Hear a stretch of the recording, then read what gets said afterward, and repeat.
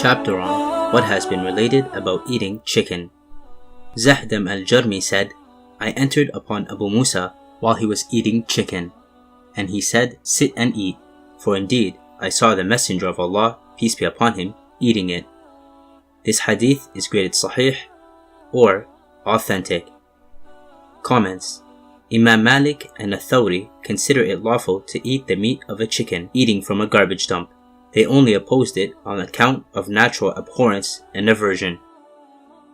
Zahdam narrated from Abu Musa, who said, I saw the Messenger of Allah, peace be upon him, eating chicken meat. This hadith is graded sahih or authentic.